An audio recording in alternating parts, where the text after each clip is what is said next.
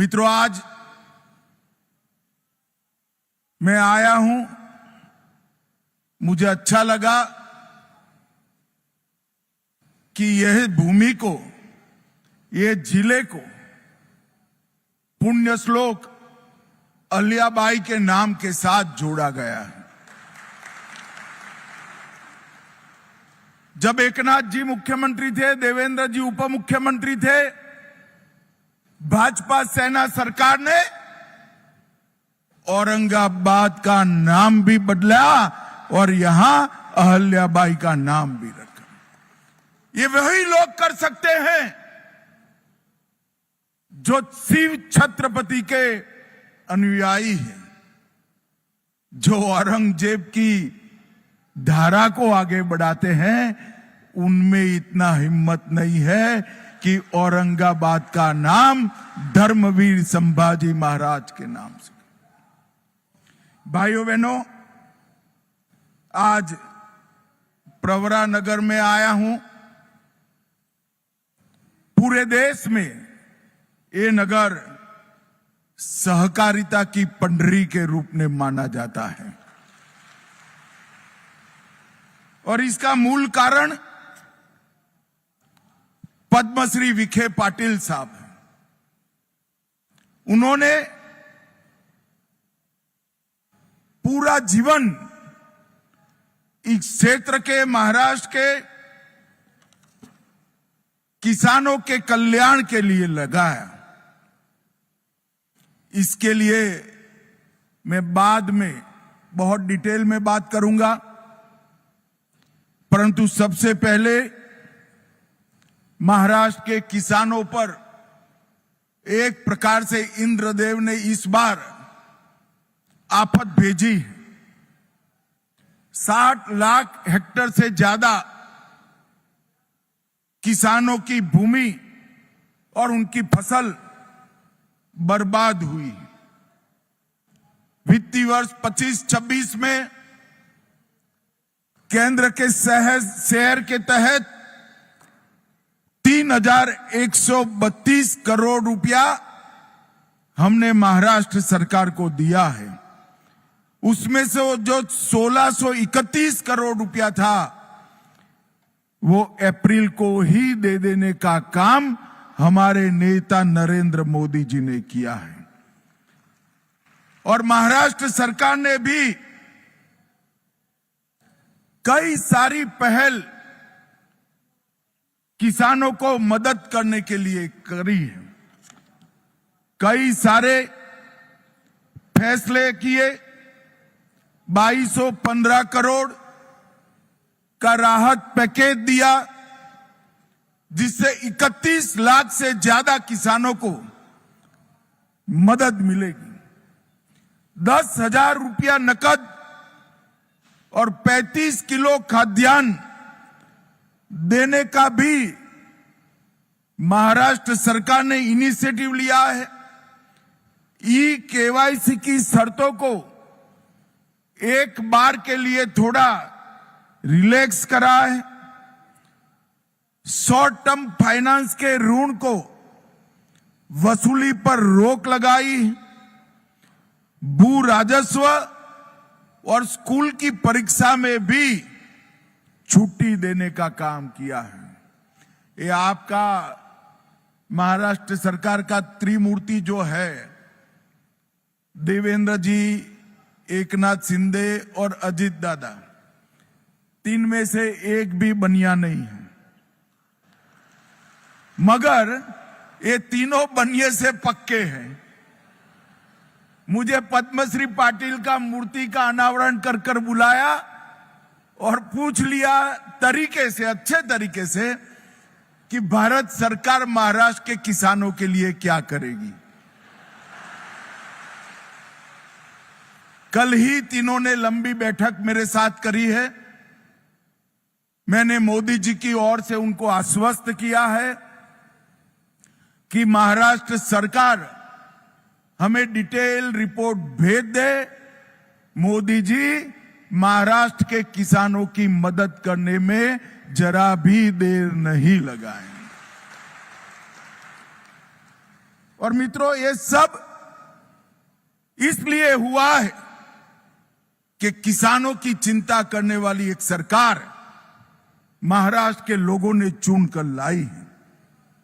हमारे एनडीए के सभी विधायक अपने 1 महीने का वेतन सीएम रिलीफ फंड में दिया है।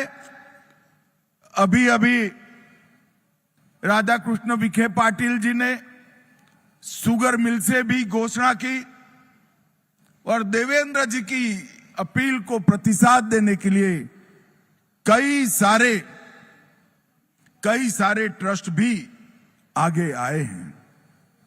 भाइयों बहनों, आज यहां मेरे आने का एकमात्र कारण है पद्मश्री डॉक्टर विठ्ठलराव विखे पाटिल और डॉक्टर बाला साहब विखे पाटिल के पुतले का, आदमकद से भी ऊंचे पुतले का अनावरण करना और उनको कार्य की अंजलि देना।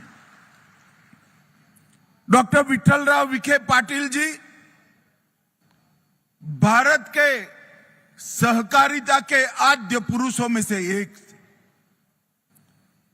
महाराष्ट्र के सहकारिता का इतिहास उठाकर जब अभ्यास करते हैं, पद्मश्री विखे पाटिल, धनंजय राव गाडगिल और वैकुंठ भाई मेहता, ये त्रिपुटी ने महाराष्ट्र के किसानों के लिए सहकारिता की नींव डालने का काम किया।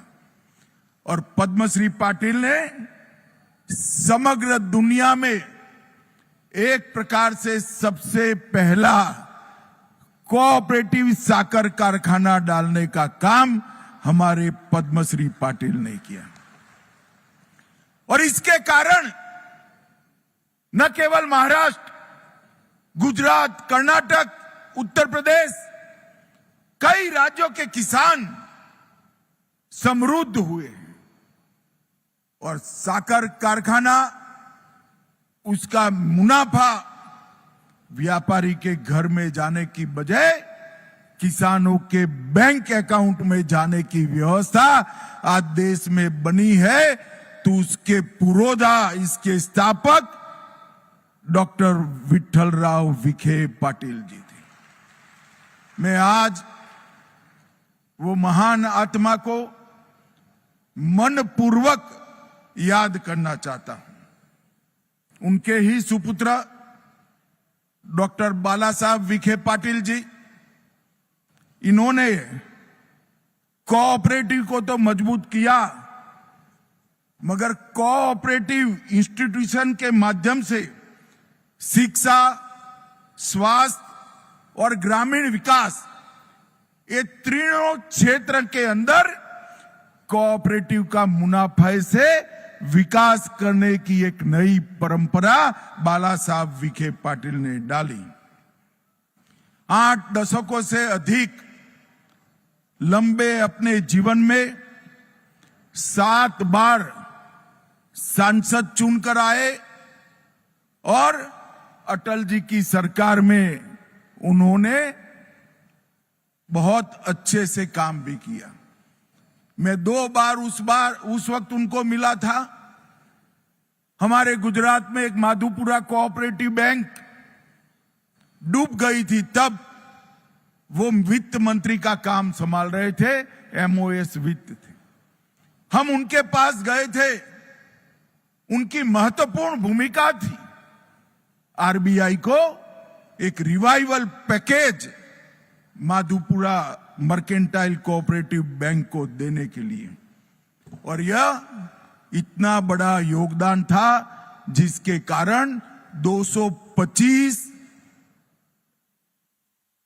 कोऑपरेटिव बैंक गुजरात के बच गए थे और बड़े संकट से उभर कर बाहर आए। इसलिए मैं डॉक्टर बाला साहब विखे पाटिल जी को भी बहुत मनपूर्वक इस समारंभ में याद करना चाहता हूं। और उनका जो पुतला लगा है, वो चौक को, वो स्थान को पद्म सम्मान का बहुत अच्छा नाम देने का काम राधाकृष्ण विखे पाटिल जी और सुजोय ने किया है। इसके लिए भी मैं उनको बहुत बहुत धन्यवाद देता हूं। मित्रों, आज डॉक्टर विठ्ठलराव विखे पाटिल सहकारी चीनी कारखाने का नवीनीकरण भी हुआ है। जब 50-51 में एक कारखाने की स्थापना हुई तब 50 टन गन्ना प्रतिदिन की क्षमता से शुरू हुई थी और आज 72 टन गन्ना प्रतिदिन ये प्रोसेस करता है और आने वाले समय में 7200 मैट्रिक टन प्रतिदिन से आगे बढ़कर 15,000 टन प्रतिदिन तक एक क्षमता का विस्तारण होगा। जब मोदी जी ने सहकारिता मंत्रालय की स्थापना की तब सहकारिता क्षेत्र में सहकारी चीनी मिलों को मजबूत करने के लिए एनसीडी की योजना आई और जो अच्छे यूनिट थे उसको हमने फाइनेंस किया और उसी में से ही आज डॉक्टर विठ्ठलराव विखे पाटिल सहकारी चीनी कारखाने का विस्तरण हो रहा है। और मित्रों, ये शुगर मिल ने अल्कोहल डिस्टिलेशन संयंत्र जो 70 में लगाया, 15 KLPD की इनकी क्षमता थी, आज 92 KLDP का हुआ है और हमने 240 KLDP ले जाने की उनको मंजूरी दे दी। इथेनॉल संयंत्र 20 KLDP का था, अब 150 KLDP का हुआ है। बायोगैस प्लांट 12,000 क्यूबिक मीटर पर दिन था, अब 30,000 तक काम करता है और को जनरेशन प्लांट 30 मेगावाट से 68 मेगावाट तक पहुंचा है। और मित्रों, प्रेस मड से जैविक खाद 75 मैट्रिक टन ये कारखाना बनाता है जो ऑर्गेनिक खेती को आगे बढ़ाएगा। मित्रों, ये ठोस कदम अच्छे तरीके से चल रहे इस कारखाने ने बनाए हैं और मोदी जी के नेतृत्व में शुगर मिलों की संख्या में 67 की वृद्धि हुई है। चीनी उत्पादन में 10 लाख मैट्रिक टन की बढ़ोतरी हुई है। डिस्टिलरी 2 गुना बढ़ी है। इथेनॉल की उत्पादन क्षमता 5 गुना बढ़ी है। इथेनॉल की आपूर्ति 10 गुना बढ़ी है और पेट्रोल में इथेनॉल का ब्लेंडिंग 20% तक पहुंच गया है। ये सभी बताता है कि मोदी जी के प्रधानमंत्री बनने के बाद हमारे कोऑपरेटिव शुगर क्षेत्र को कितना बड़ा फायदा मिला है। मित्रों, एक्सपोर्ट सब्सिडी से लेकर सबसे बड़ी बात जो देवेंद्र जी और दोनों उप मुख्यमंत्री ने बताया, किसानों का 10,000 करोड़ से ज्यादा इनकम टैक्स को माफ करने का काम भारतीय जनता पार्टी की मोदी सरकार ने। एक जमाना था कि सेटलमेंट कॉरपोरेट के हुआ करते थे। पहली बार सेटलमेंट एक्ट बनाकर कोऑपरेटिव का करने का काम किया है और रिट्रोस्पेक्टिव इफेक्ट से, पाश्चात असर से किया है। ये 10,000 करोड़ माफ किया, इतना ही नहीं, हर साल 4400 करोड़ का बोझ आगे पर कभी भी अब नहीं आएगा। ये बहुत बड़ा इनिशिएटिव नरेंद्र मोदी जी ने लिया है। मित्रों, आज मैं यहां आया हूं तब सहकारिता शुगर कारखानों को, सारों को एक अपील करना चाहता हूं कि आपके इथेनॉल संयंत्र को मल्टी फीड इथेनॉल संयंत्र बनाएं। इसके अंदर सब्जियों का कचरा, मक्के से इथेनॉल बनाने की व्यवस्था और चावल से इथेनॉल बनाने की व्यवस्था भी आप कर सकते हैं। और ये बदलाव के लिए जो लोन चाहिए वो लोन एनसीडीसी भारत सरकार की संस्था उपलब्ध कराएगी। और हमने सारी कोऑपरेटिव से इथेनॉल खरीदी में उनको प्रायोरिटी दिया है। निजी कंपनी है तो इसका इथेनॉल बाद में लिया जाएगा, कोऑपरेटिव कंपनी है, कारखाना है तो इसका पहले लिया जाएगा।